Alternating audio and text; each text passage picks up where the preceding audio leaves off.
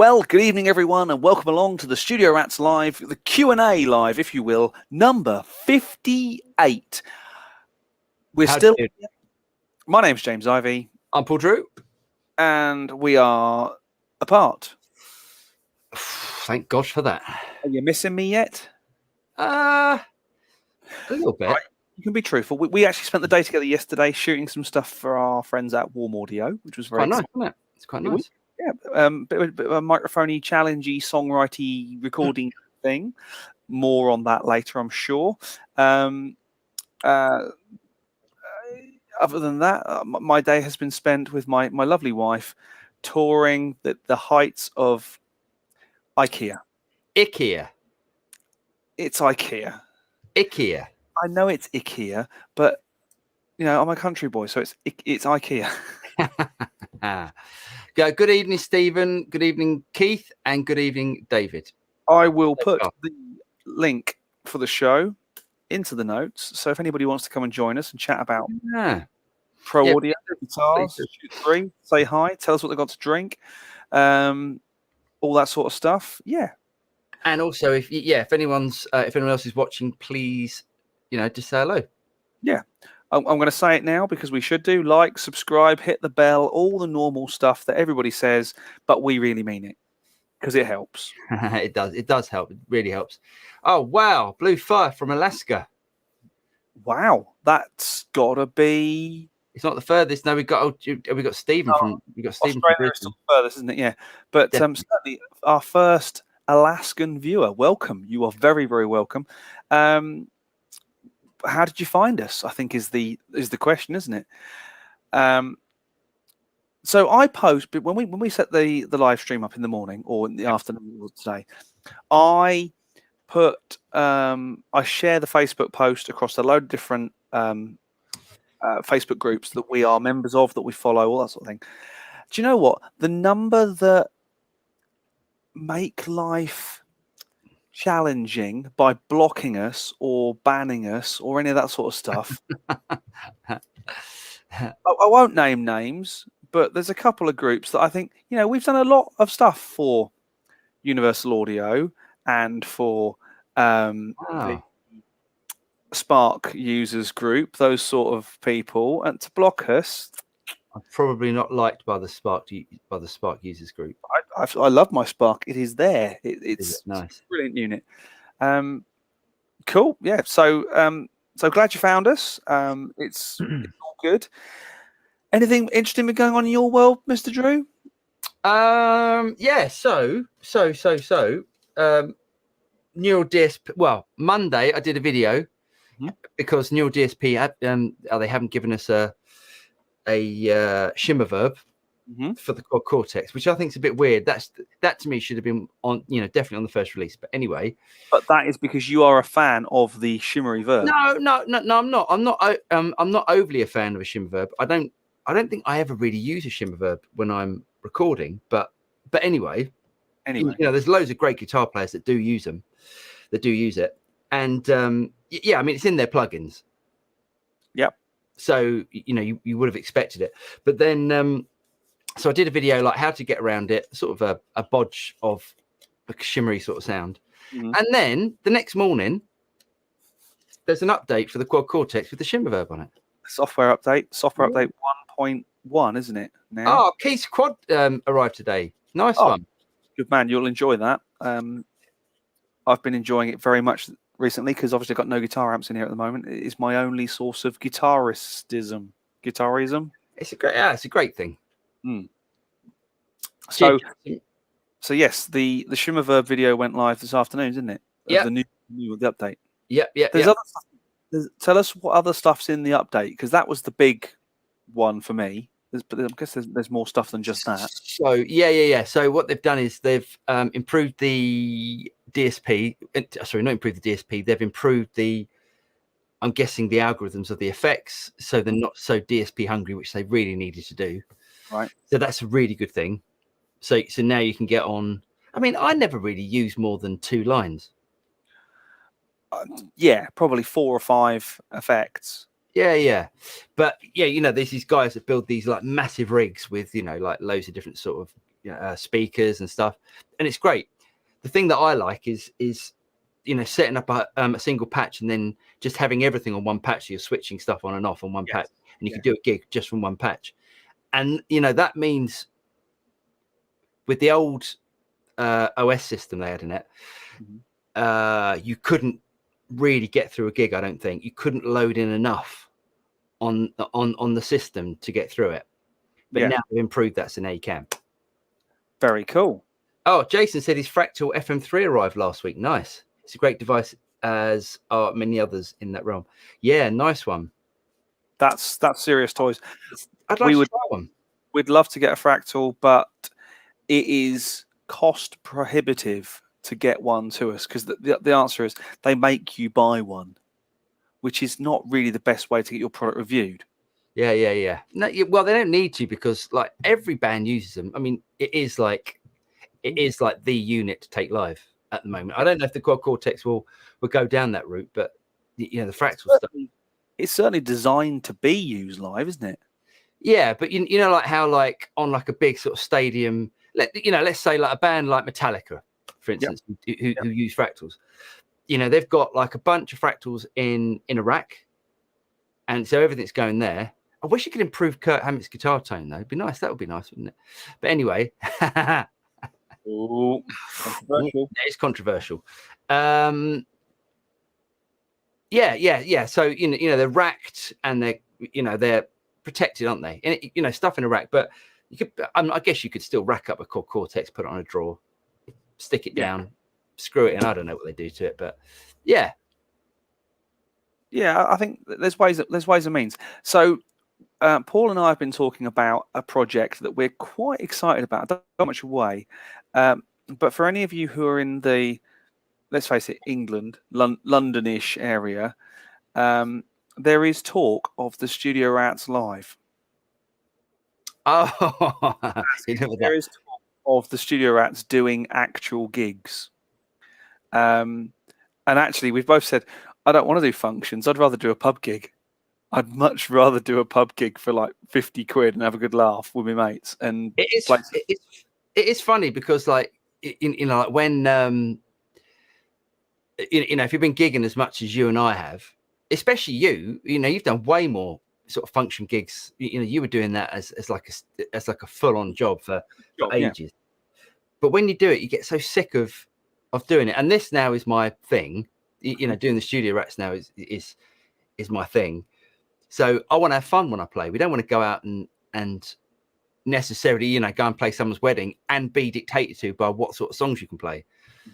I want to go and play in a pub and play some rock music. Yeah. And not be told to turn it down like I used to get told at every single blooming wedding. Max is coming, apparently. Max should be more than welcome. Bring your axe with you and you can sit in with us. That'd be awesome. Yeah. So here's a question. If we were to do an actual gig, what would you gig with? What rig wise? Yeah. That's a really good question. At the moment, it'd probably be the Amp 1. Yeah. Interesting. And some pedals? Oh God, yeah. I'd have a bunch of pedals. That's what I'm thinking about at the moment. I'm thinking, hold on. Really? Sorry. I thought Leroy again. It is Leroy again. Sorry, I've just been thrown by that. What was I saying? So yeah, bunch of pedals. But so that's my next thing. I'm going to do. I'm going to build a live pedal board rig. Now the thing is, I don't know whether to use the Amp 1 like an amp and stick it on top of a speaker, and then run the remote one to control the Amp 1. That would make sense, yeah. And then have the remote one on a pedal board with some pedals. Yep. And everything goes into the Amp 1 because the Amp 1 is just great. And it's one of those things that it's not a valve amp. But, I'm not worried about. I mean, I'm not worried about taking a valve amp out. But how many times have you done a gig and with an amp with a full valve amp and not halfway through the gig? It's rare, but they do go down, don't they? I've done a number of gigs with guitar players. We did one gig in Manchester, quite a big corporate gig, and we turned up and we went to do sound check. And obviously, being the drummer, I'm first to do sound check, and everyone moans because I've got, 12, 13 mics to do. Everyone's going, "Oh, did it really take you that long?" So, well, no, it doesn't. My own rig. But anyway, the guitarist said, "Louis, we need you now," and he went, "Oh man, it's not my amp is not working." He's Portuguese, so bear with him. Good And accent, I went, "Louis, is it dead?" He said, "Oh man, it is," and it went furt. Oh no, That is not good. I mean, this is an Engel Powerball thing, so like a big, serious Powerball for a function gig. Oh, it was awesome. It was really cool. It's like the most inappropriate amp. It's like taking out like a dual rectifier for a pub gig or for a function gig. So what was funny is we made a few phone calls and managed to hire an amp for the night ahead. Nice. I got in my car, drove to get this head, grabbed it, paid the guy, got it to the gig, opened the flight case, and in there was a Road King. Oh, Boogie Road King. Yeah. Oh, no, well, that's a great amp. I mean, that's a really versatile amp. Yes. And he went, "Oh man, this amp is amazing. Do you think they want to sell it?" I said, "No, mate, it doesn't work like that. You can't buy the hire stock." Blisteringly. It took him like 15, 20 minutes to get his head around. I went, "Oh man." Anyway, I think it's a Road King. Is that 150 watt? Yes, it's a beastie. Yeah. But yeah, basically, amps do go down, valves do pack up and it's always on the most inopportune time. I think the amp one's a really good shout. Yeah. I think the amp 12 and a nice, yeah, sorted. Yeah. Stick a mic in front of it for spreading it a bit, and then David Bro says, not really. I guess you're talking about Kurt Hammett. Revoke his WAR card too. Is it a card? Do you buy a card for the? Is it like cards you put in the Axe Effects? No, his WAR card, as in his membership card. I see. But you remember, like, you used to get like pieces of geese, put cards in for different sounds and stuff. But do you remember when you first bought Pro Tools plugins and you got a credit card, and on the credit card was a little tiny chip, and it authorized your iLock? That was so sweet. Oh, bless it. Back in there. Oh, great. Max is coming. Yeah. Blue Fire says, Paul, what is your favorite preset in QC for rock tones? Also, favorite preset for clean tones for dance R&B genre. I don't really like presets. I think I've gone through the presets, and there are some good ones in there, but they always need tweaking. So I've uploaded a bunch of presets to the cloud thing, the neural cloud. Yep. If you want to go up there, and there's some rock ones and there's some clean ones. Hopefully something that you'll like up there. But like everyone's different. You might download them and go, I don't like it because it's. I start with a preset and then tweak. If I find something close, I'll tweak it and noodle it and get it to a point where I like it. But that's the great thing about the Cortex. You can start from a blank patch and you go, right, I want an amp, I want a speaker, I want a reverb, and it's so easy to do, isn't it? It's so quick and it's like that. It's great. Almost 11. It's actually 11 rack easy, isn't it? Because it's just drag, trip, pong, drag, trip, pong, chunk. Yeah. Okay, yeah. Because the 11 rack was sort of fixed on where things were. Yeah. Jason Wade says amp 1 BB preamp Sir Classic, Classic S. Yeah, sounds good. Yeah, I was thinking of getting rid of that Classic S. I love it now. We were playing it yesterday. It was lovely. Yeah, it's really, it's a lot of fun. That Christopher Short, evening, Chris. Keith says, James, did you bring your Simon Phillips kit? I used to gig with 4, if not 5 toms, and 5 or 6 cymbals because I like things to hit. I'm not a one-up, one-down. You're asking me the other day about Mike Barnes. Yeah. Perfect drummer. Just brings a little kit. No. Sounds great. No, I don't care. It's boring. I'm not telling you what pedals to bring or what amp to bring. Don't tell me what drums to bring. No, absolutely. But when you're doing a pub gig and you're on a stage like that big, you're bringing like a Simon Phillips kit. I'm not bringing. Realistically, I'm probably bringing a kit a foot wider. It's no deeper. You know, they're the same arms. I can only reach so far. Thank God. What? Why? I mean, yes, agreed. If I brought double bass drum, I know a drummer who used to do pub gigs with double bass drum because that was the look. That was the look they were after. The thing about big kit is not the setup time; it's the miking up time and the sound check times. I can get any kit pretty much set up in half an hour, say. Right. I can get most kits set up in half an hour because I put memory locks on everything's taped, everything's color coded. There's no kind of where does this bit go? Right. All that is done well in advance. The bit that takes the time is when you end up with another engineer going, right, rack tom 2, please. Tom 2, please. Rack tom 3, please. And they all sound like, and you know, some of those gigs, the toms always crap anyway. What you get is he says, and you go, what was that? Can you turn up the mic in the monitors, please? And you go, and you go, can you turn it up? Or then you go, bah! And you go, whoa! Because when I'm adjusting my in-ear monitors, I'm moving things this much. You know, and I'm pointing that guy this much. I don't want it to do this and wind it up. Don't get me started about monitor engineers. Sorry. You get so irate. Okay. Mac says he carries a full set of spare valves when gigging. Nice. Yeah, good. That's a good idea, I think. Yes. That's a good idea. You've been very much in the minority, though. Yeah. And do you know what? Valves are getting expensive. Very. Okay. Lee says, I use a Bosch GT1 and an FRFR. Great tone, all I need for tiny gigs and massive gigs. Nice one. Yeah.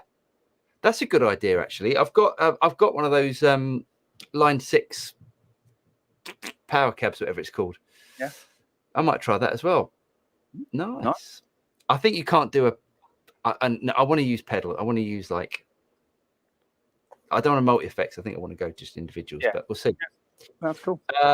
Mike says, when is Mr. Blug visiting? We don't know. It's still to be confirmed. Yes. So I've been asked to go on their show, and we've asked him to come on our show. So fingers crossed, it'll go very well. We like that. Max Hodges says presets are invariably a shortcut to mediocrity. I like that. I like that a lot. Don't get me wrong. I'll often start with a preset because I might be noodling through, and it might send my thought process in another direction.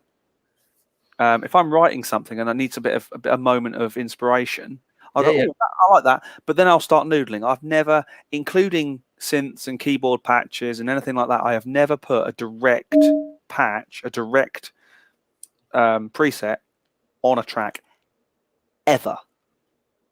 Right. Yeah. I agree. Lefty Mike says, "Hey all, hi Lefty." Keith says, "Go big or go home." Damn right. Learning guitar, fit in my 40s. Hello. Just want to say, Paul, you're inspiring me to learn. Keep rocking with that 57. Oh, cheers, mate. Thank you very much. Nice to have you along with this. Max says, George Dennis Wah plus Laney IRT Studio. Nice. I haven't tried one of them. They're supposed to be really good. I think they're quite high gain. Yeah. TCG Major Rack. Ooh. Nice. That's going back some, but great unit. Yeah. Celestion loaded 2x12, MIDI pedal and volume pedal. Capture X feeding the PA. Nice. See, that's a really good idea. The Capture X. Because you know you're going to get a great set. You don't have to worry about the miking up. You know you're going to get a great tone going straight to the PA. And if you're on a small stage, I can guarantee the mic will get knocked. Yeah. I started stopping using microphones on stands at gigs for the number of times the bass player stepped back, hit the boom stand, it went up through the bass drum head. Bass players. Who needs them? Yeah, well, we do currently. Yeah. Okay. Where are we? The Space Hobo.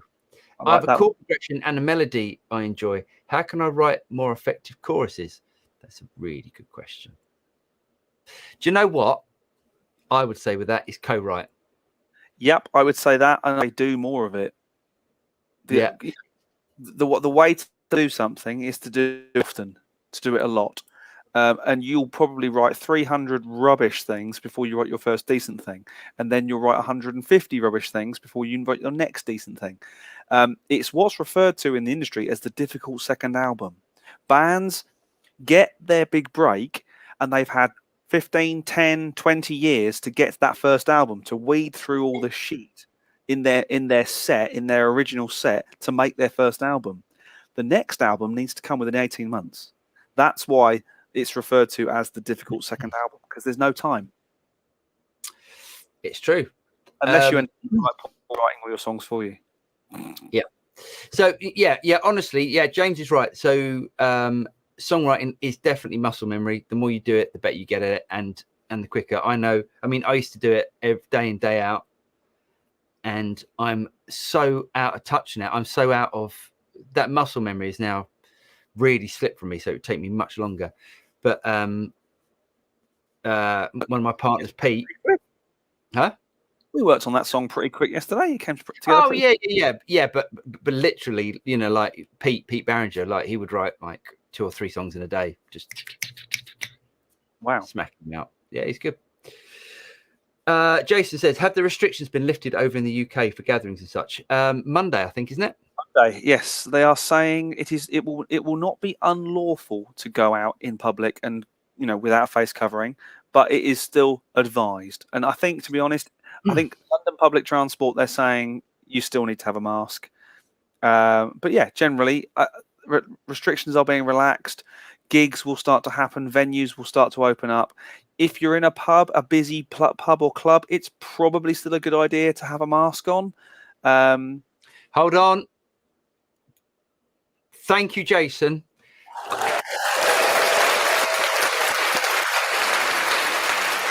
Cheers, Jason. That's really, really nice of you. Thanks, mate. It's always nice when someone does that. Thank you, mate. That's the only thing is when people do normally do that for us, they normally say it's the drinks are normally a little bit more ladylike than a couple of pints. We do drink, you know, James and I both drink pints. That's what we drink. We're British men. That's what we do. But thanks, mate. Anyway, what we're saying, yeah, but lifted, restrictions been lifted. So does that mean your swinging group's gonna start up again? Well, jazz, yes. Saved myself then, didn't I? You did well done, mate. That was good. Quick. Hoping for blue guitar release Ampex at Summer NAMM. I don't think they will. I think they're a little bit. I think I don't know. Behind the curve, do we think? I don't think. I just think.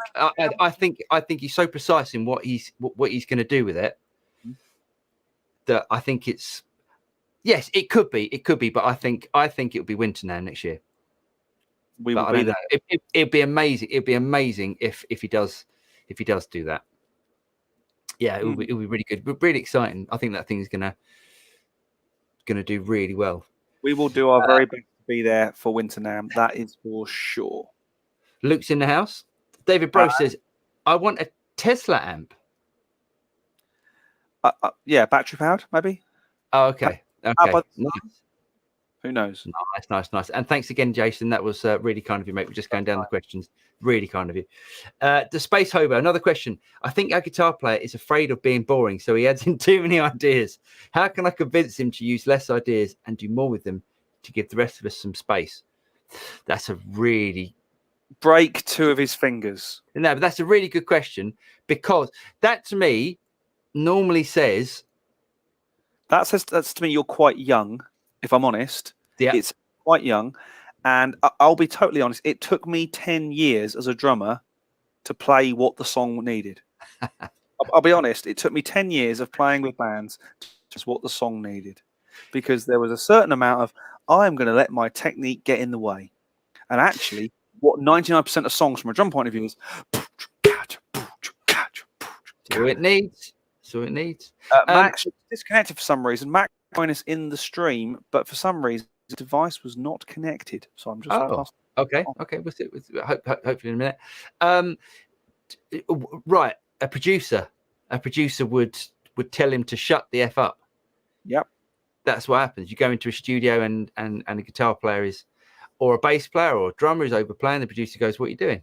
No. And that's the idea of a producer, because it's the person that has the goal. It depends. If you're Dream Theater, then that's a different sort of production, isn't it? The thing is, though, but a producer, 99% of a producer's job, in my opinion, is mind games and politics and people management. Sure. And it's you can't turn around to any member of the band in front of the rest of the band and go, "Stop playing that, you are wrong," because all you'll do is kill the vibe. I don't know any producer that would do that. Oh, I've worked with a couple. Famous producer. Can't possibly say. Wow. But for me, it's about vibe. It's about getting the performance out of someone. Now, if someone is at the top of their game, should we say, a la Technique along Steve Vai, Satriani, someone uber, they've got there via a lot of hard work. If they can perform and execute every single super fast riff absolutely in time, in key, flawlessly, that's somewhere they've got through a lot of hard work. Now, hopefully in that hard work, they've also learned some taste and some fingers and some control. The problem I find is when people want to do and they can't do it. That's when it's a real problem. Yeah, but this is my point. I think you're looking at it from the sort of music that you listen to. We're not talking about that. I'm guessing the Space Hobo is talking about he's doing commercial tracks. There is no track, there is nothing in the top 40 in any country that sounds like what you just described. There's nothing, because you don't do it. It doesn't happen, because the only people that want to listen to that are the idiots that are playing it. Yeah. Hello. But it's true, it's fun to do that. And if you get a chance, do it live or something, once or twice. But as we've said several times, if you go and see Pink, or you go and see Rihanna, they are pop artists. But if you go and see them live, you're seeing a rock show. Yeah, because that's the way they've taken their live sound. It's a rock show, but these guys are mature enough musicians to know they're not the star. Yeah, they need to know. They're mature enough and experienced enough players to know the singer is singing now. I need to come back, and that is instantly. If I play with any musicians like that, I'm out. I can't play with that. I've got my soapbox in. That's why I've spent most of the last 20 years of my career going. That's what it needs, because that's what people like. It's great. What 99% of pop music does. Absolutely. Can Petro flow through a mask? COVID has smaller. What's Petro? Petrol? Don't know. Yeah. Fill us in, Mike. Yeah, I don't really know the science behind it, and I'm not going to claim to be any kind of scientist other than maybe a kind of crazy audio scientist. But yeah, I just thought I'd go with that. I saw a demo once where it was a guy, and he had a compressed air can. Oh yeah. Basically spraying through different masks to see which ones work, and I was like, yeah, but air molecules are still sizable by comparison to virus molecules. So anyway, I don't, Mike. I don't quite know what you mean. Yeah, let's know what you mean, Mike. But if you want any scientific advice, we're definitely not the boys to ask about that. Go and see Chris Whitty and T, as Boris would call them. I heard it went back to the drawing board for now. Oh, interesting. I'm guessing that's the Ampex. I think the thing is, he's like, the guy's like a genius. He's like, I don't think he's going to release it until it's like exactly what he wants. Let's face it, there's plenty of people who don't do that, and it comes out to bite them. It comes out to bite them. Stephen Slate. Who? Stephen. Absolutely. Absolutely. Steve Ball, good evening, gents. Hi, Steve, how you doing? Biggs McDads, evening, fellas. Did you enjoy the mini cocktails update? The Silver Jubilee arrived from Gear Music. What an amp. Oh, mate. Yes, thank you, mate. We actually did get together yesterday, and we had beers on your lawn, didn't we? It was very nice. We had beers on my lawn. Beers on the lawn. Oh, I'm so jealous. You've got your Silver Jubilee. So I've been chasing Marshall, saying, "Where are my amps?" And and your amp actually. So yeah, they're not being. I reckon there's something because of some Am. I reckon there's. Yeah, that's in a couple of weeks, isn't it? Or is it next week? Is it a couple of weeks? Not long now, I don't think. It would have been nice to go. I would have loved to have gone, but not the right time for us in the UK. Yeah, I would love to go. Yeah, especially Summer Nam as well, Nashville. So good. Yeah, very jealous. Silver Jubilee, absolutely brilliant amp. Thanks for not bringing up how depressed you two are after the football loss. Football? What? Did you watch it? I did watch it, and I did sit there going, it's gone to penalties. It's only going to go one way. But I feel very, very sad for those guys who took the penalties and missed. I feel even more. So not that I'm going to bring politics or anything into this. I am absolutely distraught with the people who have disgusted. I think the word is. Yeah, disgusted about the people who've given those guys a hard time online, and a hard time is being a very understated what happened. I think that's ridiculous. However, it did take us till nearly 4 o'clock yesterday before we even mentioned the fact that about the football. That's how uninteresting. Oh yeah. So.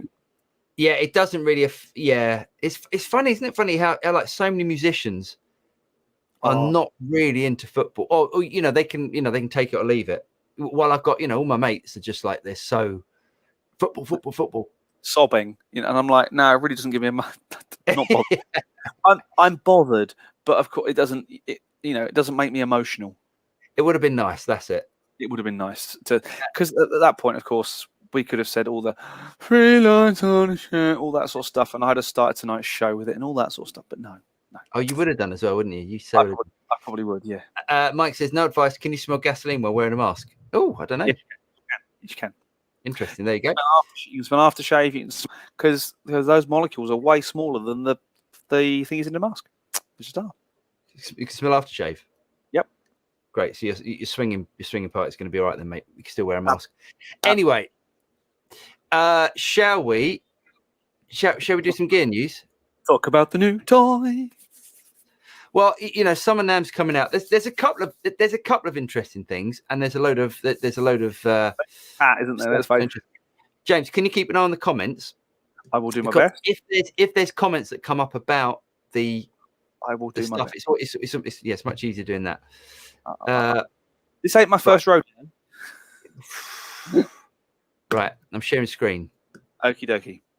Okay, so first of all, right, ready? Here we go.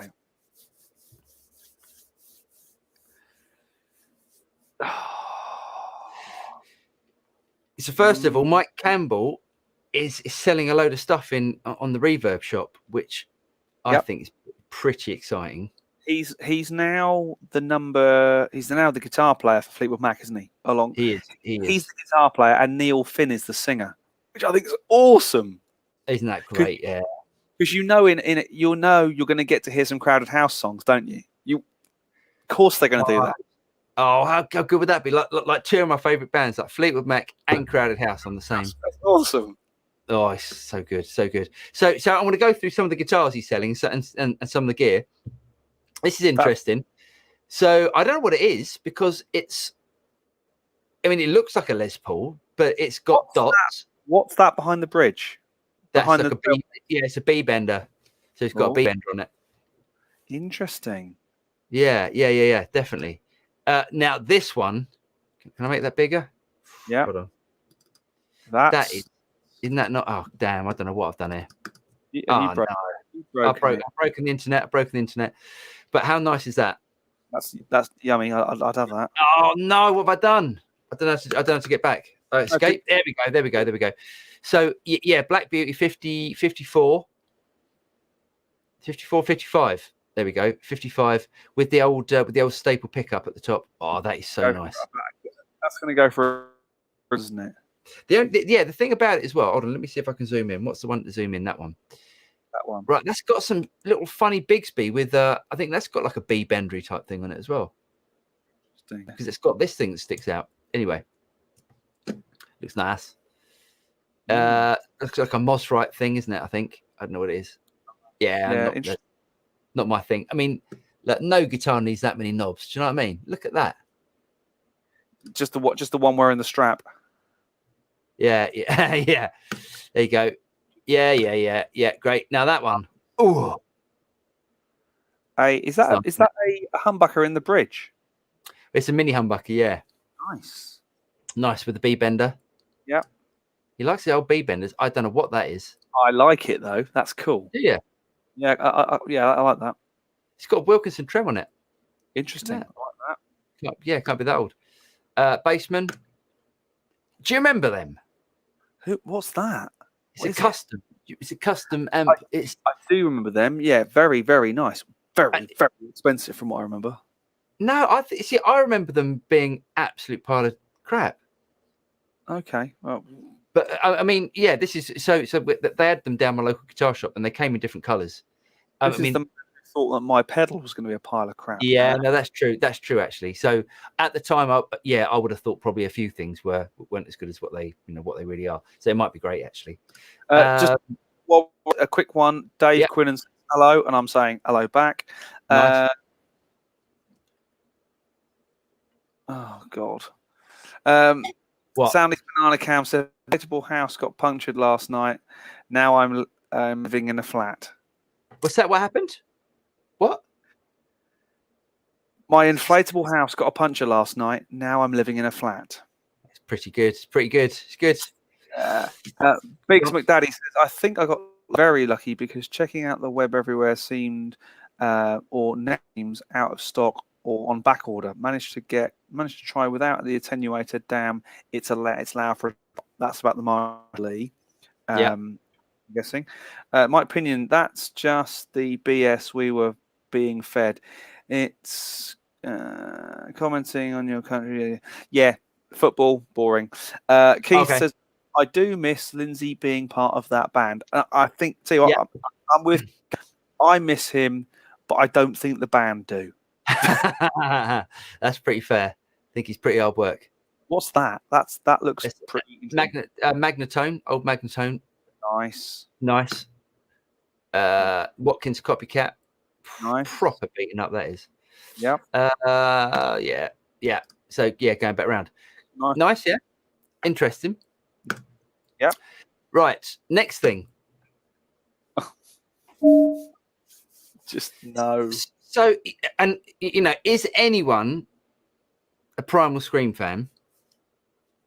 I mean, I've got some friends that are. I think that they had a few good tracks. Yeah, but I think Screamadelica was the big album. Yeah. But a Screamadelica vintage Strat?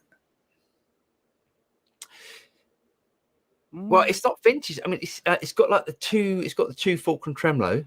Yeah. But anyway, so anyway, it's £1,199, or that's for the Mexican one, isn't it? That's the Mexican one. £1,200 for the Mexican. Yeah. So that's the Mexican one. But if you want the Greg Fessler Masterbuilt, which, I mean, the thing is, why would you buy it?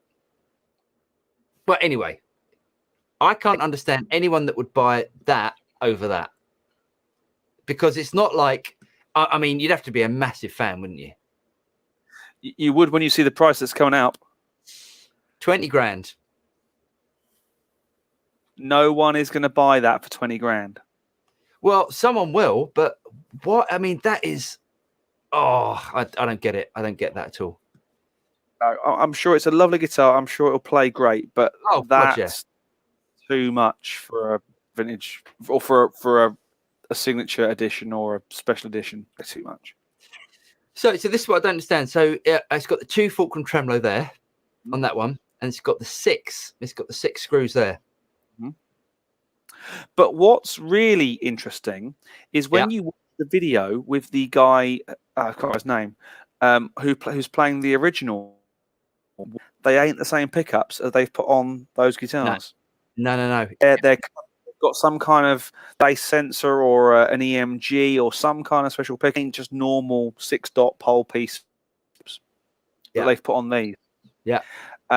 And that's a bit of a giveaway for me. Yeah. Hey. Yeah. It's a strange. There's something weird going on. But anyway, move on. More gags coming in. What do you call? This is again from Sounding. What do you call birds that stick together? Velcros. Dave Gross said in the States, every I know, it's every band's first PA customs because they were the cheapest. Yes, that's right. Okay, so the screen with Delica. There are stupid people out there who doesn't care about the value of money. You are so right. Yeah, you're so right, mate. Absolutely. Okay, next one. So Gretsch puts a modern twist on their retro design with the epic 2021 lineup of Players Edition hollow body electric guitars. Now, I think these look the nuts. Yes, I would like that one. Isn't that lovely? Yeah, I'd have that. I love that. I'd have that. I love that colour. Look at that. That's a bit like my Brian Setzer. Yeah, that's really not. I love that. Not cheap. The white's cool. How much is not? They're all about 2.5. Not bad though, really. Oh, that I like. Is that a Lake Placid? Is that what you call it? Yeah, lovely, isn't it? That's beautiful. Love that a lot. The only problem with those guitars, they look so different to anything else. No way I could say ages. Sorry, isn't that what you keep breaking up, mate? What did you say? The only problem is with those guitars that they're so different and the color is so vivid by comparison to any of my other guitars. There's no one equal the house and say, "Oh yeah, yeah, it's true. It's true. It's like the George Harrison style there. I mean, yeah, great, really nice. They've done a nice job with that. Nice. And the good thing, because they're the Players Edition, that they have like they have the better, or they have the easier to use Bigsby, and they have the locking tuners and all that sort of stuff. Yeah, really nice. So we've got more coming in. Sandy's Banana Cam says, I've been charged with killing a man with sandpaper. To be honest, I rough it. I can't hear. Sorry, Matt. I can't hear you. Keep breaking up. You're breaking up as well, to be honest. I'll joke again because you missed it. It says, okay, murder for killing a man with sandpaper. To be honest, I intended to rough him up a bit. Very good. Very good. They're good. Keep them coming. Keep them coming. Right. I actually think he's smoothing things out a little bit too much. Is he? Oh no. So James can read, basically. So I think we're having. Daniel S says, "Hey guys, why is gear so expensive? I understand you get what you pay for, but most gear prices are ridiculous. I've struggled with this for years." I'm a great believer in you get what you pay for, as you clearly are too. I'm a great believer. Oh, hello. Oh, is that all the gear news we got? No. I've got loads, but if we can do it in a minute. Okay. Why gear so expensive? Well, the good stuff. The truth of the matter is, the inexpensive stuff, and I mean, range guitars now are really good stuff. Anything 500 quid and up, you are going to get a very playable, very usable instrument. Amps, these you can something like a Boss Katana is a great amp for not that much dough. When you want to get specific and dig in and get something classicy or valvey or something expensive, that technology, even though it's 100 years old, is expensive. It just is. As we said before, valves are getting expensive because there's very few countries in the world now that can make valves. If you want a new old stock valve, as in one of the ones that maybe has been knocking about from World War II, expect to pay a lot for them. That's just the way it is. Good timber is expensive. Good pickups wound with great copper are expensive. It just is. I think it's more labor. I think it's you know, if you have something that's built in the UK or America or Canada, or actually Canada's not so bad, but okay, like, you know, if you go if you get a guitar that's made in America compared to a guitar that's made in China, you know, the cost is labor, isn't it? I mean, yes, there's skill and all that sort of stuff, but you know, where one guy's earning 250 pounds a day, whatever he is, to build guitars, and the Chinese guy's earning £2.50 a day. Yeah, it's different. I mean, it's attention to detail as well.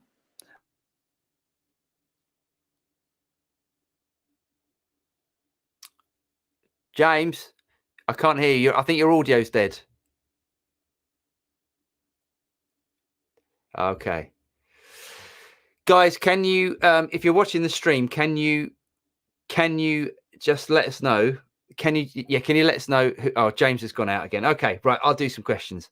Yeah, Gordon Smith, soundly banana cam. Gordon Smith guitars are awesome quality and value. They definitely are. I don't know how they do it, to be honest. They really good, made in the UK, really good quality guitars. And yeah, really good. Jerry G says James's sound is definitely a bit dodgy this evening. Yeah, dodgy James. Max Hodges it's both. Japan, UK, US labor is expensive. Tone woods that have been aged in timber stock is expensive. Yeah, wood is expensive, isn't it? Like decent quality wood. The thing is, don't get me wrong. I don't want to come across as. Are you back? I think so. Am I back? Yeah, you're back. Good.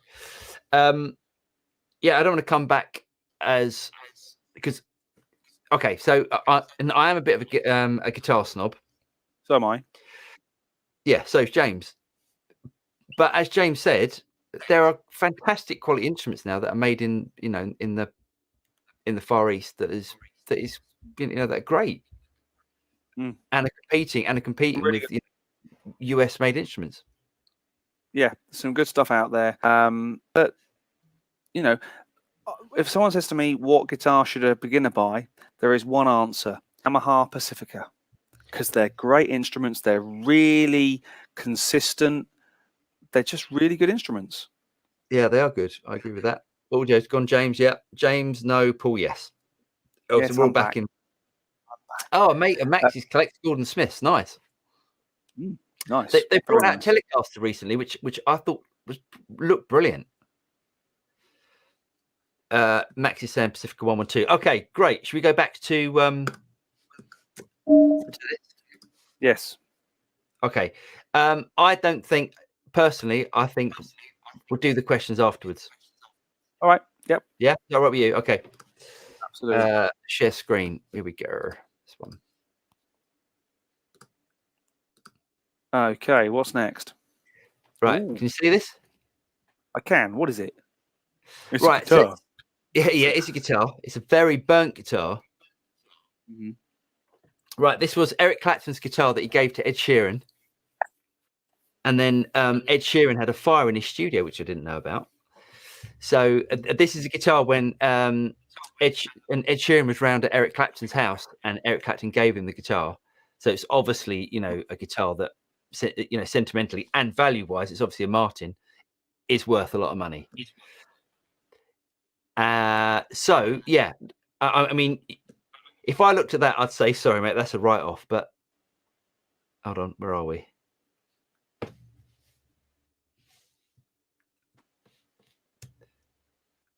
James, you still there? Yeah, before and after. Yeah, before and after. Wow. All done by Monty's Guitars. Isn't that absolutely stunning what they've done to it? James, have you gone again? Yes, it sounds like James has gone again. Right. Okay. Where are we? Simon Cook says, news just in from NASA. Apparently, they're picking up better sound from DPA mics on the Mars rover tonight than they are from James's studio. Really How did they bring that guitar back from the dead? I don't know. But Simon Cook just did a good gag. News is in NASA. Yeah, better DPA Mars and the FMB tonight. Yeah, I did a set before I came on tonight, and I'm 30 down and 15 low. Should have. Are you uploading? Are you uploading anything? No, I've got that. Is your missus on one of those dodgy sites again? Shh. I don't think so. Oh God, really? No, I'm back now. No, okay, back. I'm not doing anything clever. I'm not doing. We don't know what's going on. Okay, so best beginner guitar, agreed. Those Gordon Smith Tellys are nice. Not all that new. Oh, I didn't realise that. I thought they were. I thought that was quite a new thing. My pal is several more than a decade old. Oh, nice. That's an awesome repair. It is. And I thought that was amazing. What they did to that, really good. James needs a new broadband provider. Yes. Put some money in the meter. Yes. Mars it from a Hollywood basement. Have you tried turning off your computer? James? No, I do, but you in the lurch. I've switched over to Wi-Fi, not using broadband. I'm not using the connect more. It should be better.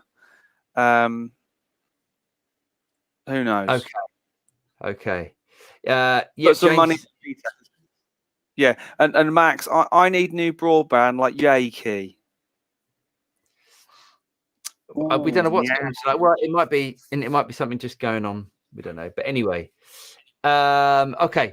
Shall I go on? Look, just keep talking. I'm going to keep asking if you're still there because you keep going. I'm here. I'm going to share. I know you're there. I'm going to share the screen. Here we go.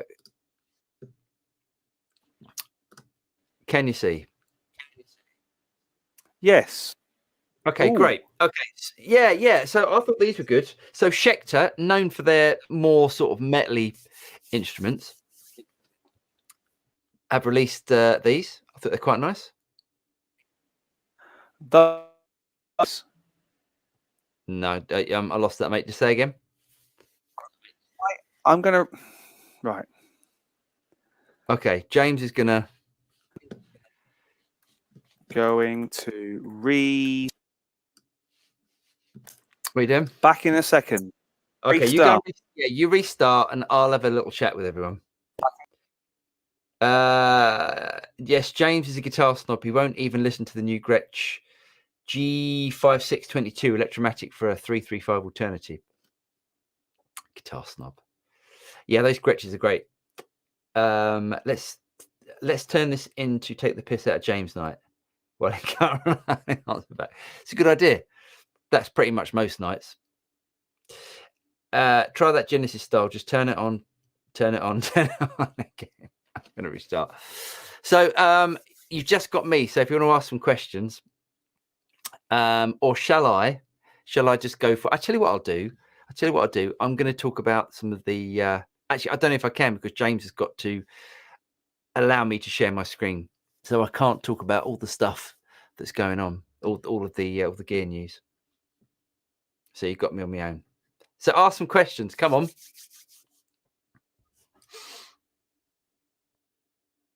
So it goes very quiet. I'm just going to stand here. Which is heavier, 1 gallon of water or 10 gallons of butane? The water, no matter how much you have, butane will always be a lighter. It's brilliant. So what's your favorite string brand? Great question. Do you know what I buy? I'll show you. Now, I always buy these. What do you think of James? So this is a pack of D'Addario XLs, and you get 25 sets. But as opposed to, I'll open it up. You can see. So in there, you see all the different strings, and it's a much cheaper way of buying strings. The only thing is, it costs about 115 quid for the box, but it's 25 sets, and like guitar strings now in the UK are 7-8 quid a set. So 7-8 quid times 25, you can see how much money you save. So the Doro XL10s, the ones I always use. What's next? Paul, what do you really think of James? James is great, a very talented man, and he's got energy for days. Some people some people we know call James Tigger. I'm back. Hey, he's back. What are you talking about, me, Tigger? Someone asked, what do I really think of James? Oh my God.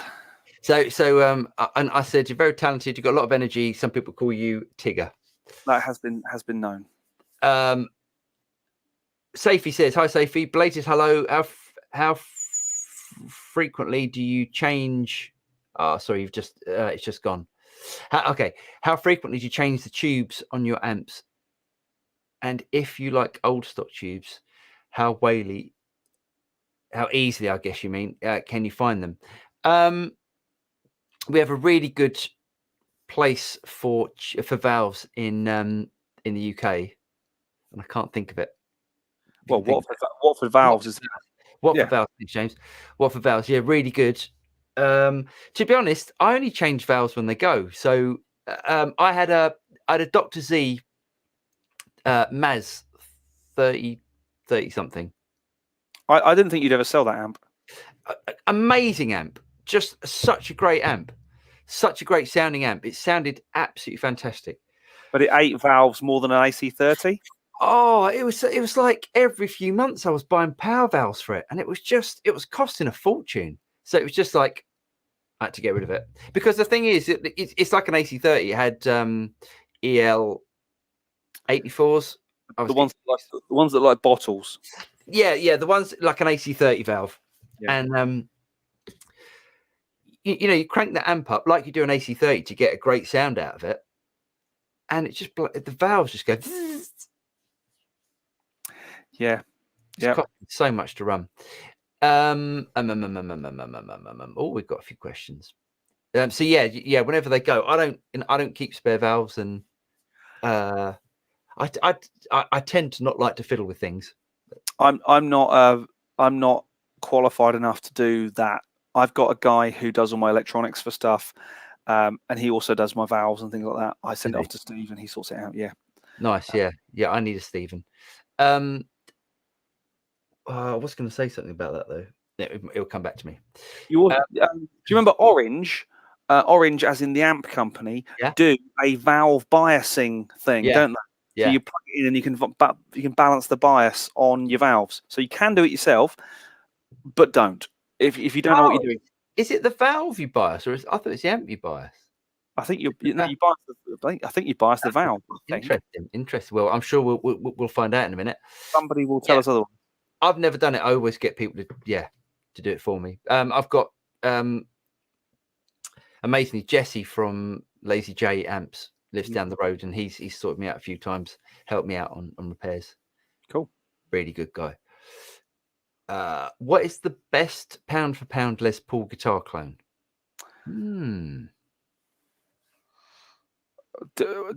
How many pounds? Well, I think that's true. That's pretty true. Do you know what I thought was really good? Was the Godam. I've played some great Epiphone Les Pauls. I've played some really usable ones for under 500 quid, and we had one kid turn up on one of our rock school days with a kind of a Lake Placid blue, that kind of really deep iridescent blue. It's not called Pelham blue for Gibson. Something like that. It was beautiful. Yeah, and he'd had it set up really nicely. He'd taken the bog standard Epiphone-esque pickups in, put some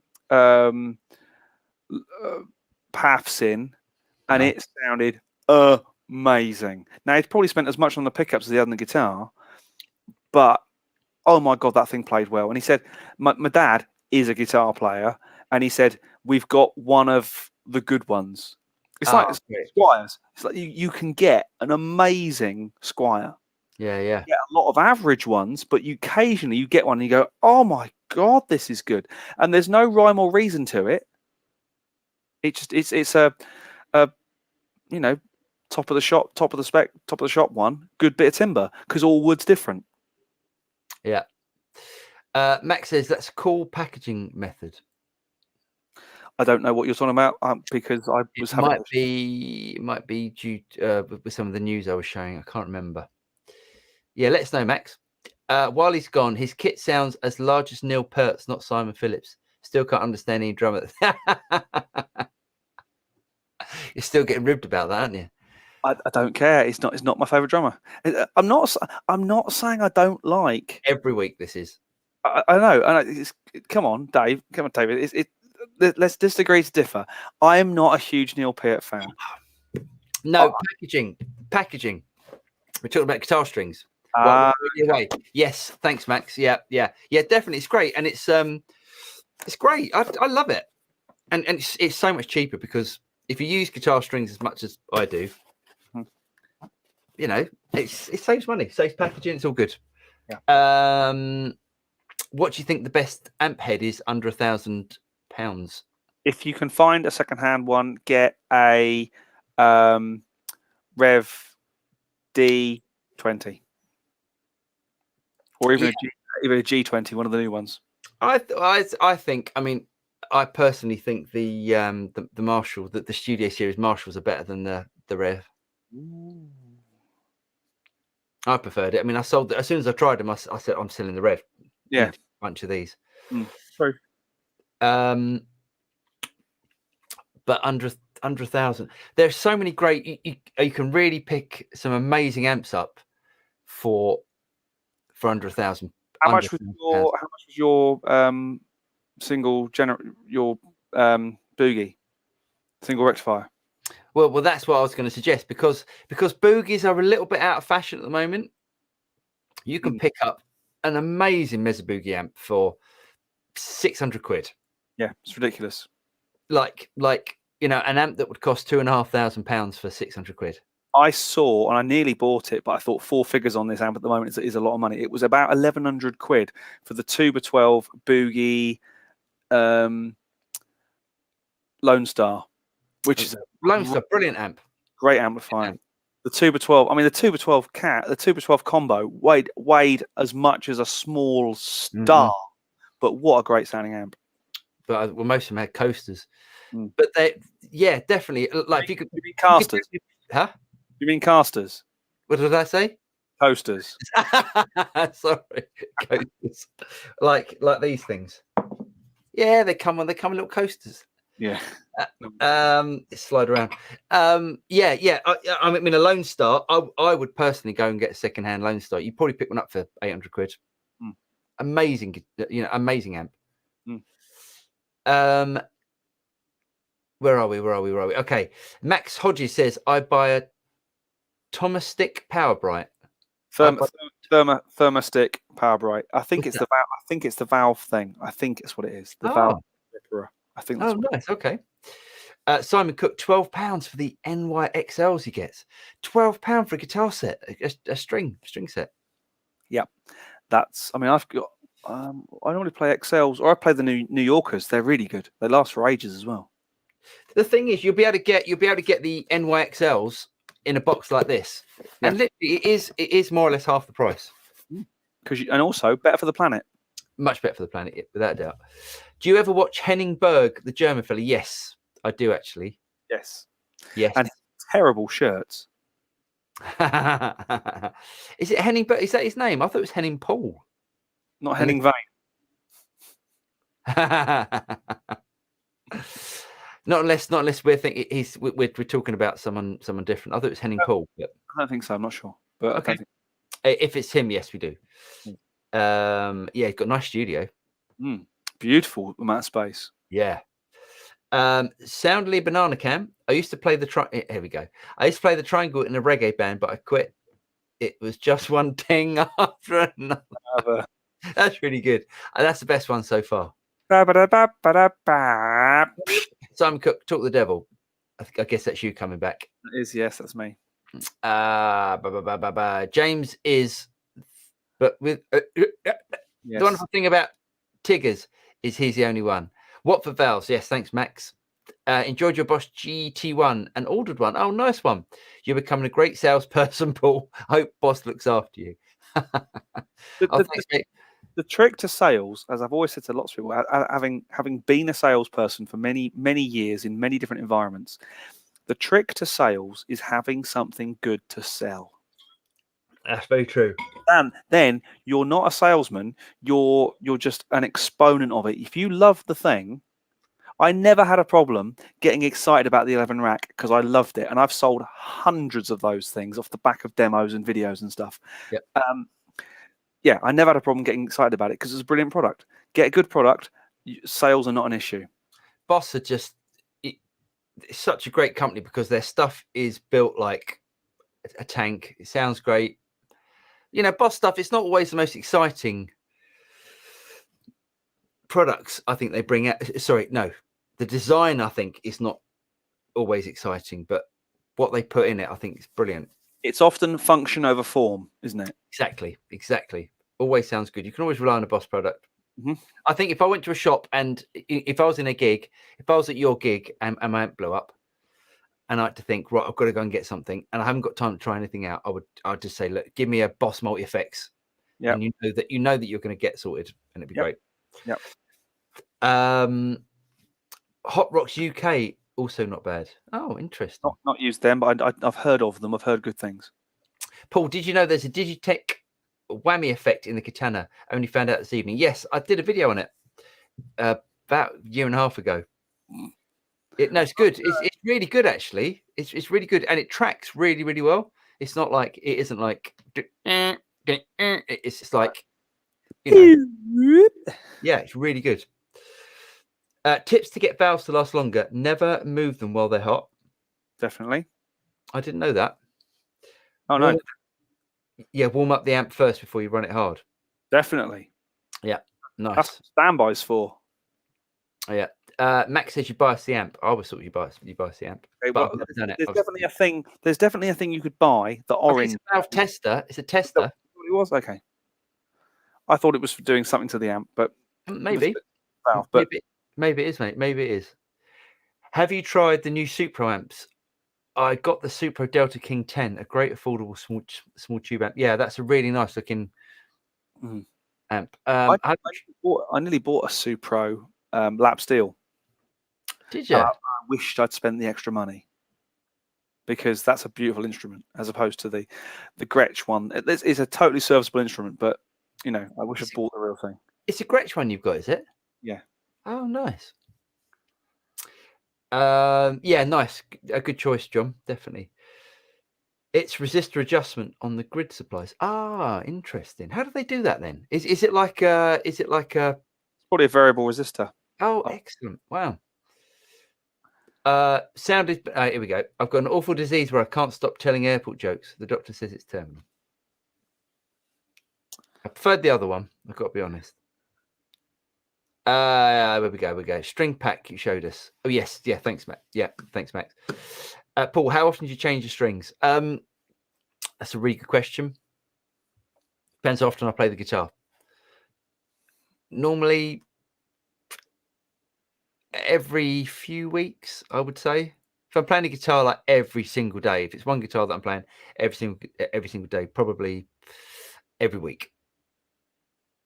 You can normally tell, can't you, James? It's when it goes a bit dead. Yeah, you play it and you go, why is this not inspiring? Hang on, and you look at your strings and go, yeah, they could be dead. And you go, jing, and they go, yeah, they're dead. I love the fact, and I love when you got a guitar with dead strings and you got an amp, and you try and turn the treble up, and then you change the strings, and then you play, and you go, oh, it's just like cuts you in half, yeah. But Max says Laney every damn time. Nice, yeah. Laney stuff's great. I think it was the last time I saw Phil Hilborn. He was with Laney. Was he? And he was with. I've known for a while. He was with Hughes and Kettner before that, and he made a great noise on their stuff. But the guy's a great guitar player with great fingers and great taste. You know, you could give him a 12-watt Marshall transistor amp, and he'd make it sound amazing. Yes, he would. Yeah, without a doubt. Safey said, "Did you try the Luna API console plugin that came out recently? Would you recommend if it is a huge improvement or a good investment for getting used to working with something more console-like?" So James, they brought out like a. They brought the API legacy. Yeah. For Luna. Yeah, and it's fantastic. Have you tried it? I've tried it, and I thought it was great. Excellent. I haven't tried it. I mixed a drum kit on it and went, "This is awesome. This makes it sound like an API console. What's not to love?" It's not cheap, but Luna is. Yeah. Max says coasters because only mug buys one. See, everyone's doing the kegs. Yep. David Bro says Carl Sandoval said the EVH Jose modded amps were biased to allow him to change out the tubes prior to a show to find the sound he wanted. Awesome. I watched that Pete Thorne video. It was a bit dull. Pete Thorne's brilliant. Yep. But he did a video where he was like trying different valves in an amp. I mean, the amount of difference a valve makes is very tiny. What a difference a valve makes, 24 little hours. Simon says he doesn't even gig. Oops. The orange gizmo is for matching valves. Okay, thanks for that. It was. Atari Wolf, the electric guitar industry is predicated on the sale of tone wood to people who believe it makes the sound better. From an environmental perspective, we should not be using wood. Really interesting. That's true, actually. I showed you a video yesterday of a guitar. I thought, this is cool, and I love all these the people who are doing stuff with epoxy now. Yeah, the guy had done a Lego guitar, but obviously it was set in epoxy. It was really cool. But then epoxy can't be that environmentally friendly. Don't know. Anyway, yeah, no, I agree. Chopping down a Brazilian rosewood tree. Yeah, no, yeah, that's fair enough. Or a piece of Peruvian mahogany. Yeah, it's funny. I wonder in the future how they're going to, make it sustainable. Well, I think. Well, there are sustainable forests now for instrument makers. There's one in Italy. That. For the violins, yeah. Yeah, and then DW bought some trees from that forest to turn into drum kits, to limited edition drum kits. Oh my God, they look pretty.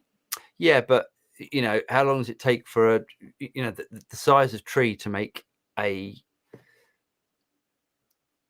amount, the age of a tree to actually make a guitar out of. But I'm fairly sure that companies like Gibson and Fender have a forestry department. Yeah, I'm sure they do. And all the big guitar makers in the Orient must have their forestry section who know where the next great timber's coming from. Those guys it's sustainable now to a certain extent. I would imagine. I don't know, but I would imagine when you are so reliant on a resource, you're going to want to have systems in place to make sure that your resource is going to be around for a while. It's a bit like saying, "Oh, I need a certain type of resistor," and only one company making them, and that company go bust. Mad. So I was laughing at Shahar's back. Anyway, we come to that question in a minute. Yeah.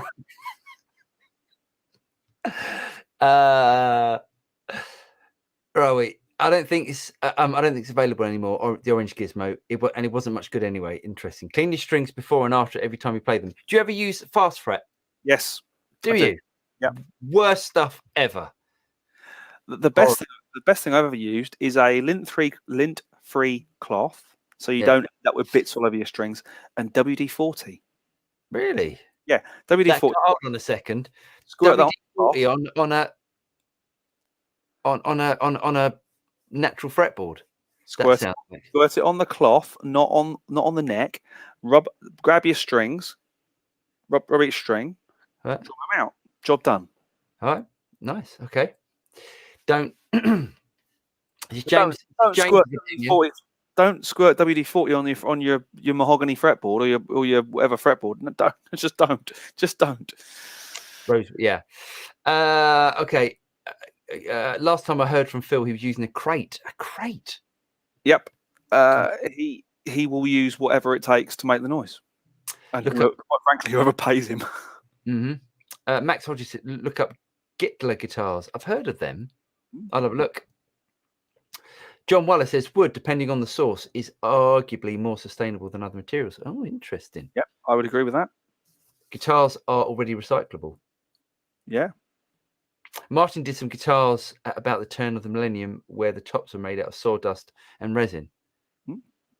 I tried an Eggle guitar that was a basswood body with a milled aluminium top. Right. My God, it was bright, and my God, it was heavy, but it sounded really cool. Yeah, nice. You want a rhythm part to cut through the mix? You needed that guitar. Right.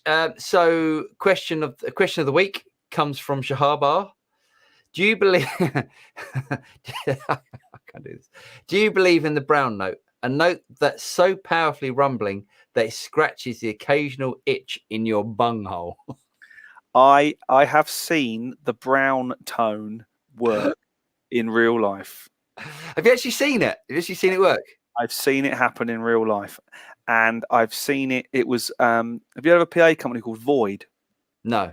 They're these enormous, they're basically like disco, Uber club speakers. They're amazing.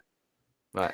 And a friend of mine who was demoing for this company, he said, listen to this. And he put it on to a point where you couldn't really hear very much, but he said, any minute now, there'll be a queue for the gents. And you could feel it. You could feel this, and all it is it's getting to the natural resonant frequency of your bowel. Right. Everything in the universe has a resonant frequency. James, you put science into this. I like the question. If you can find the resonant frequency of someone's butt or their colon, then yes, things will happen. I've seen it happen. What was really funny, it was this look of sort of terror of three guys who were in the audience who all just ran for the toilets at the same time. It was very funny. Mike says, what would be a good load box without selling your house? The Captor X. Yep. That would be the one that I would recommend. And I mean, it's what are they? I think they're less than £500. So yep. I don't know what they are in America. Yep. Other makers like Landola, for example, started a trend to use different timbers. Nice. I built a guitar when I was at college, and it had a laburnum fingerboard. Wow. Because what our guitar building teacher had one of these, chopped it down, had the piece of timber that had the logs, quarter sawn, dried them out, brought them in, said, "Do you want to do this? It looked really pretty." That like the kind of Steve Vai Tree of Life thing in the neck. It looked like that, but in the actually in the the grain of the timber. Looked amazing. Nice. I tell you what, I've got some news to get through. Should we do that? Should we do that while we're here? And you're back, yeah? I'm back. Okay.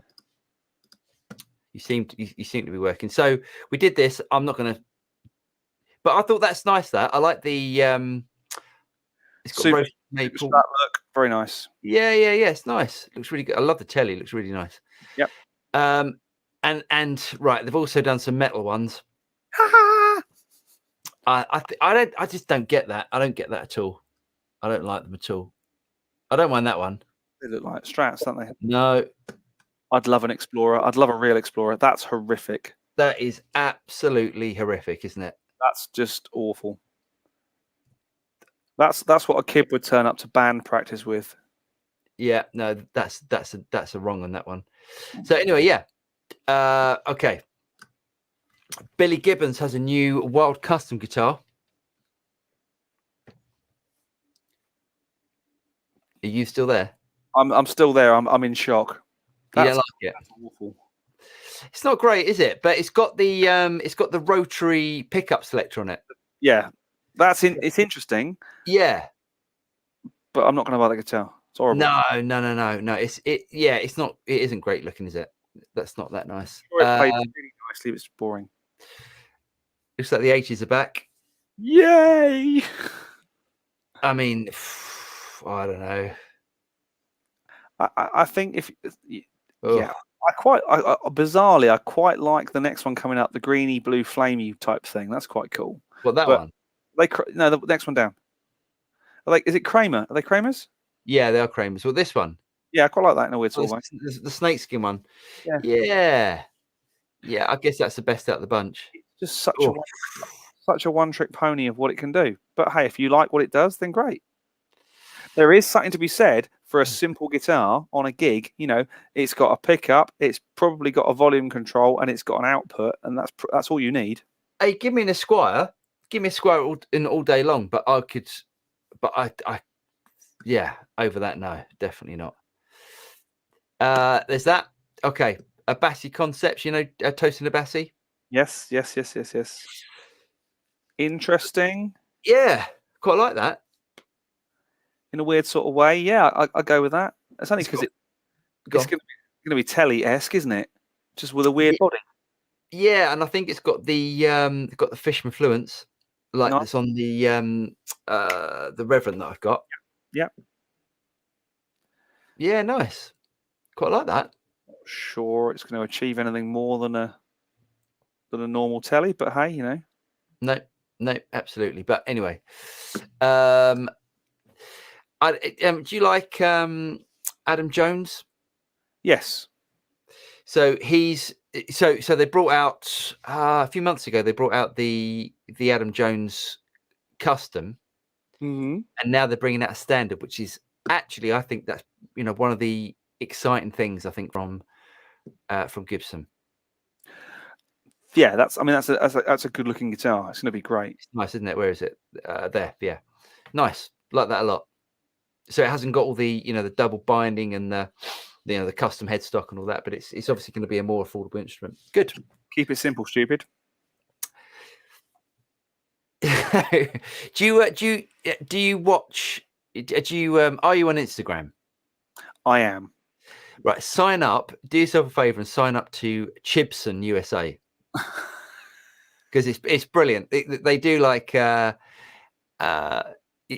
look posts about strange things. Like it's all guitar related. Really good, really good. Yep. But anyway, they've released the placebo pedal, which does absolutely nothing. Which I think is brilliant, but you can buy like a circuit to put inside it. So the pedal will cost you £99 to stick on your pedal board. Does absolutely nothing, and then you've got to pay 25 quid for the circuit to do something. Yeah, which is quite funny. Oh, that's nice. Yeah, I knew you'd like that. I knew you'd like this. They are nice. Which one? Oh, the wooden one, definitely. The wood finish. Yeah. The new Guthrie one. Mm. So the only thing about that for me is it's just the pickup combination. No, I like that. You like that? Nice. Okay. I like that one. Definitely would. I don't think it's cheap though, is it? No, definitely not. No, 2.7. Yeah, it's not bad though, is it? For a proper custom shop or custom-esque. Custom shop is a trademark name, isn't it? So you can't call it that. But yeah, it's going to be a beautiful guitar.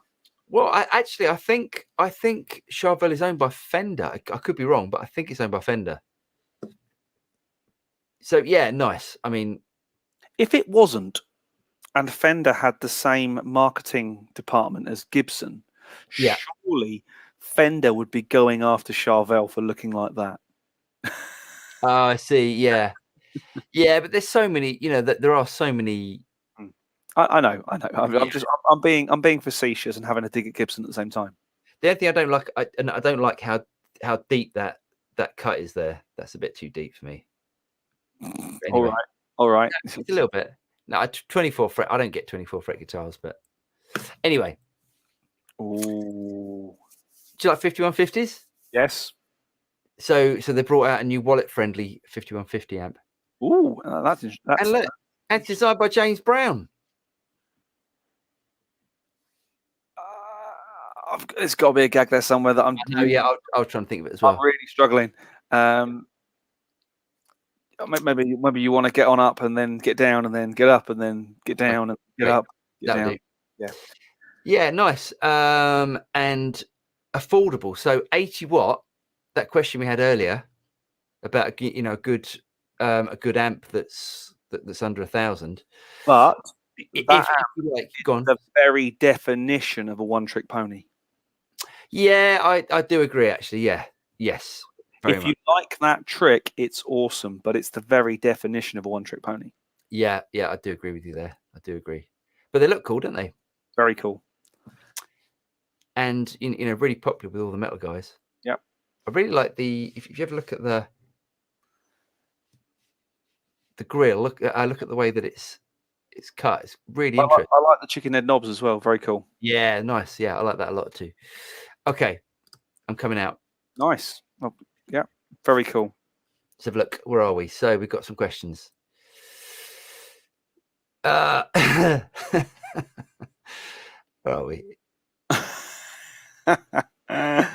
That makes it okay. Lint. Okay. Max Hodges say lint-free cloth and 1.1.1 trichloroethane. Amen to the brown note. The word you're looking for is trichloroethane. Oh, very good, mate. I've never heard of that. I don't know what that is. We had an issue with a stuck note on the organ at RAH a few years ago. That was a brown note. Pop. Awesome. One of the worst videos I ever saw was a Gibson company destroying hundreds. Oh yeah. Oh, awful, wasn't it? Oh God, that was awful. They could have done so much good with those guitars, and actually did themselves so much harm. Oh, that was so painful to watch. Do you know what Gibson? Right, let's have a bit of a Gibson rant because it's about time. Yeah. I got because for some reason, I guess because we do some press stuff, Gibson sends some press releases, and Gibson sent a press release, I think it was yesterday, saying about all of the charity work they're doing. And this is obviously off the back of this because it's basically giving money to music, Yep. poor musicians, that sort of stuff. And it's because of this. And I also think, isn't charity where like you do something selflessly? Yes, it's supposed to be. So why are they then telling the press about it so the press can say it's all wrong for me? It's all wrong. If you want to give to charity, don't tell people what you're doing. Just do it. Like the old Smashing Nicey does a lot of good work for charity, mate. It's a bit like that, isn't it? It's basically the marketing department trying to be charitable and thinking we can do ourselves some good here. And yeah, look how good we are. Yeah, and it's I don't like that. Do it and do it selflessly. Do it for the right reasons. Absolutely. So it's 7 hertz apparently. I don't know. All I know is the engineer I was working with had an oscillator, a frequency generator. We could drive it through the cabs, and these things had 20-inch drivers, so they would do pretty low. I'd probably do that. David says, "Do you know the female frequency?" About 8K. Max Hodges, yeah, it's got to be higher, isn't it? It's got to be a higher frequency. You'd think it is. But it is all down to the individual. It's not, it's not one size fits all. It is a person by person thing. Lovely. Max Hodges 469. I'm guessing that's for the Captor X. Yeah. Very cool, James. I'm just going to take that as a compliment, Max. Thank you. Simon Cook, nicest nick he's ever had was on his famous Diablo that he stupidly sold. Ovancol wax satin, gorgeous. Never heard of that wood. That sounds cool. Yeah, frameless was good. Really good. I think my favourite neck of any of my actually, God, what is my favourite neck of any of my guitars? I think it's my telly. I really do. Yeah. Yeah. My telly, the neck on this thing is so good. It's so just lovely and right and raw. Yeah. Nice. Yeah, absolutely. Can't beat a telly. Schecter trying to be BC Rich. Definitely. Nobody should try and be BC Rich. Not even BC Rich anymore. It's not the night. It's not the end of the 80s. Couldn't agree more. I did want a Warlock though when I was a kid. I played in the band with a guy, and he had a Strat. He had a black Strat and a white SG, and it was just so the perfect two guitars for the stuff we were playing. And a friend of mine, his had a Batwing, and he borrowed it for a gig, and he turned up in these enormous kind of combat boots, he turned up trying to be rock and roll, and it was like, it's just wrong, mate. It's just wrong. And we're still playing Brown Eyed Girl. On a BC Rich. Amazing. Biggs McDad says, at my opinion, I've got a Bugera, works well for me. However, it does cut your overall volume by 50% straight off the bat. So if you want something more incremental, look elsewhere. Yeah. Now, the Bugera stuff, right? I know it's owned by that company that we shan't name out loud. Mm-hmm. And it's probably made in the factory of the company we don't say out loud. But Behringer. I've heard some of that stuff, and it sounds great. Is it?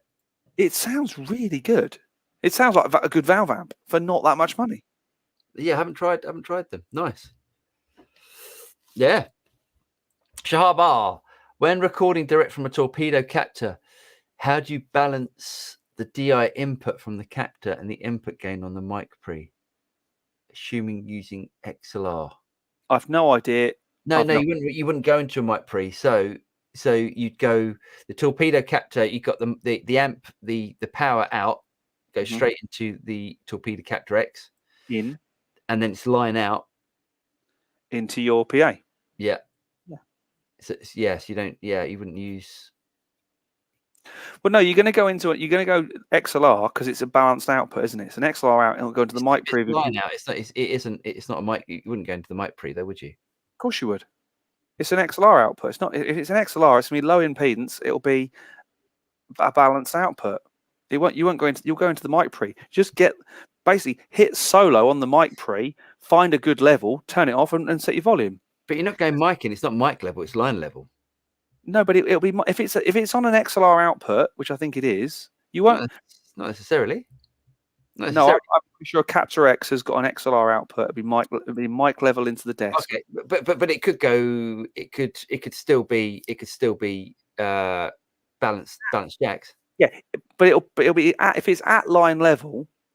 Yeah, it'll be the mic gain pretty much all the way off. Yes. Yeah. Okay. Okay. Maybe I'm thinking of the Apollos where you only got the choice of -10 or +4. No, I think there'll be, if it's an XLR output going into from basically using the Capture X to convert your guitar amp into PA into something without a microphone. Yeah. It'll be effectively a microphone's level out. So just use the gain on your desk to get a good signal, good level, then use your volume control to control the volume. Yeah. Don't hit it too hard because a good mic pre won't be coloring the signal too much. The harder you hit a mic pre, say you hit a mic pre, like a Neve mic pre hard, it's going to be doing all that Neve tone coloring stuff that you bought a Neve mic pre to do. So don't hit it too hard. John Waller, Space Telly. That's what it's called. What's the Space Telly? The Telecaster that you showed me by that guy, I can't remember his name, looked really cool, but it looks like a telly. Yeah. Oh, okay. Yeah. That's what. Oh no, that's actually what it's called. Oh, is it? Okay. Now the headless Ibanez's are out as well. Oh, interesting. Yeah, I'd like to see them. I'd like to try one of them. I mean, Gibson's Placebo is very transparent, very good. Shahar. It does feature true bypass. Yeah, it does. Rick Graham's signature. Do you know who Rick Graham is? No, I don't actually. he's obviously going to be some awesome guitar player that's just got to deal with Chauvel. Pale Blue. Yes, it was not. Yeah, it's nice, that one. James Brown designed the original 5150. Yep. Well, he clearly had a brand new band. Yes. The new 5150 is only two 12x7s. Something is amuck. I'm sure it still sound good. I liked the little 5150, the Mark III. I tried to buy one once, and the idiots in GAK didn't want to take my money. So fine. Why? Well, because I was trying to try the amp at a reasonable volume to hear it, and he kept telling me to turn it down. I was like, what? I have money. Yeah. Anyway. Do you, Spencer Carter says, do you think the days of valves are numbered? Is the neural quad a Concord moment where this is as good as digital modeling gets, or is this just the next logical step to digital supremacy? Interesting question. I think valves will always have a place, the same as petrol still has a place, the same as. But petrol won't have a place. It will, because people will still want to find it, and they'll still find a way to get around it. There are still vintage cars. Sure, there's vintage cars, but it's not going to be feasible to run it. No, but it's not feasible to drive a 1960s Ferrari, because they cost £2 million. You have to rebuild the engine after every race, but there will still be people who do it. There will still be people who do valve amps. Yes, I don't think valve amps are going to go anywhere quick, but yeah, valves are getting more and more expensive. And someone, do you remember what was it, the thing called the groove tube that was supposed to be able to replace valves? They were rubbish at the time. Groove tube? No, it was. Right. The groove tubes. Yeah, but they basically made a valve that wasn't actually a valve. Oh, right. It was a transistor-based valve.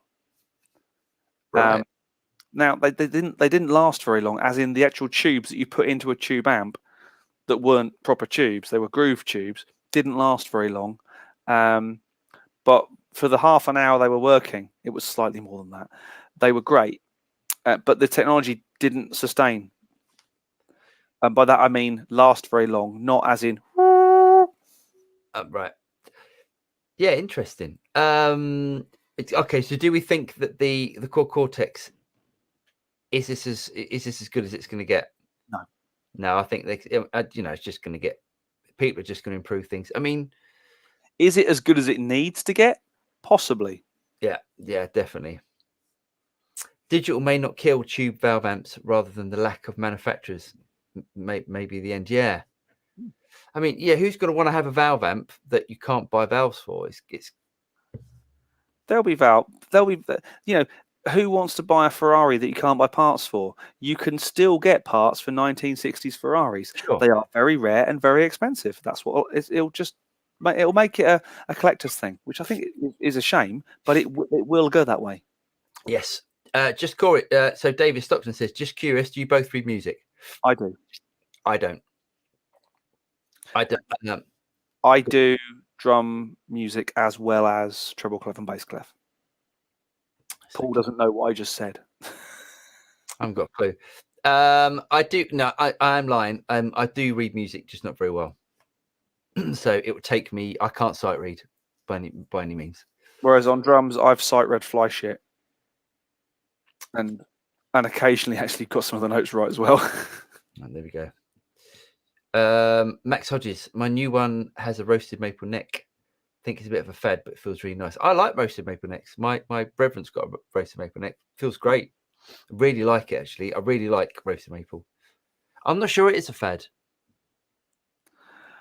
My mate had an Axis with a roasted maple neck, and it was beautiful. Yeah. Yeah, I think Music Man do it really, really well. Okay. David Stockton, I had a fluorescent pink BC Rich bitch. Oh, that's a nasty one. Bought it off a mate who bought it and then thought, WTF have I done? Got it for 30 quid. Bargain. Nice one. Oddly enough, had a really nice fat neck on it. Oh, that's 30 quid. You can't say no to that. I tell you what, just even as something to hang on your wall. One of my mates has got he's not actually a bass player. He just bought it because he liked it. He's got like an area, and it's like an Explorer bass. Right. Cool. Huge thing it is. Nice. Well, it looks really cool actually. Max Hodges says yes, you would. Knock knock. Yes, Mike Pre. This is about the Captor X, how you would do it. Yes, it's a Mike Pre. Ask me. Captor is different from Captor X. Captor is a reactive low DI box. Captor X runs 2 XLR outputs. So Captor X is the one that you would run into your PA, basically. Because we were talking about attenuators. Yes. The Captor is hold on, I have to get a reactive low DI box. The Captor and the Captor X runs into your PA is basically the speaker simulation box. Yes. Okay. Safety says the XLR line TRS issues are one of the most asked questions for us mortal non-professionals. Yet many manufacturers do not give enough feedback in the manuals. UAD Apollo restricts XLR to mic and TRS. It does, yeah. You always have to get, So all of their line-ins are on jacks. Now, interestingly, on the Antelope platform, you can run some of the XLR inputs. XLR combi jack inputs are 3 different types. You have instrument level, which is basically a TS, tip and sleeve. You then have line level input on TRS, tip, ring, sleeve, or what some people call a stereo jack. Yeah. And then you also have the balanced input over a 3-pin XLR. Now, in the world of Antelope, any of those 3 can be any of those 3. So if you, for example, are on a stupidly long line and you've got a guitar cable on one end, a guitar like jack, a TS jack on one end, you can actually have an XLR plug on the other to stop it coming out of the interface, but it be the high impedance instrument input. That's really good. Everyone should do that. That's really good. I should. I was looking through old bass gear on eBay, and there were, do you remember the 4x10 Trace Elliott cabinets which had the red stripe through them? Oh no, I don't remember the red stripe. Big 4x10 cabinet. Yeah. And they were selling a 4x10 cab and the head, the Trace Elliott head, and it had an XLR input for bass. I was like, because some basses still have an XLR output. I think the Lembics were. Lembics was the one I was thinking of. Yeah, XLR output. Yeah. Cool. Shahar says Rick Graham is a beast. Watch 5 seconds of his playing, your draw will drop. I'm sure. Yep. I'm sure. Yeah, there's some amazing players out there at the moment. Max Hodges can run in a couple of different modes. Do fake stereo doubling or do dry and cab compensated. Nice. Freezing stream. I'm guessing our stream is freezing. Well, anyway, we've come to the end of the questions. We've come to the end of the questions and with the end of tonight's show. We've done best we could. Sorry about the interruptions to play somewhere in the middle, but we got there in the end. We'll be back next week with more of the same, hopefully without the interruptions. But have a good week, everyone. Stay safe. Can we say thank you to Jason again? Absolutely. Thank you, Jason. Jason, for a couple of pints. Really kind of you, mate. It's not working. Oh. Stay safe. Keep your masks on because you probably should. And we will see you next Wednesday, same time, same place. Take care, everyone, and see you very soon. Cheers, guys.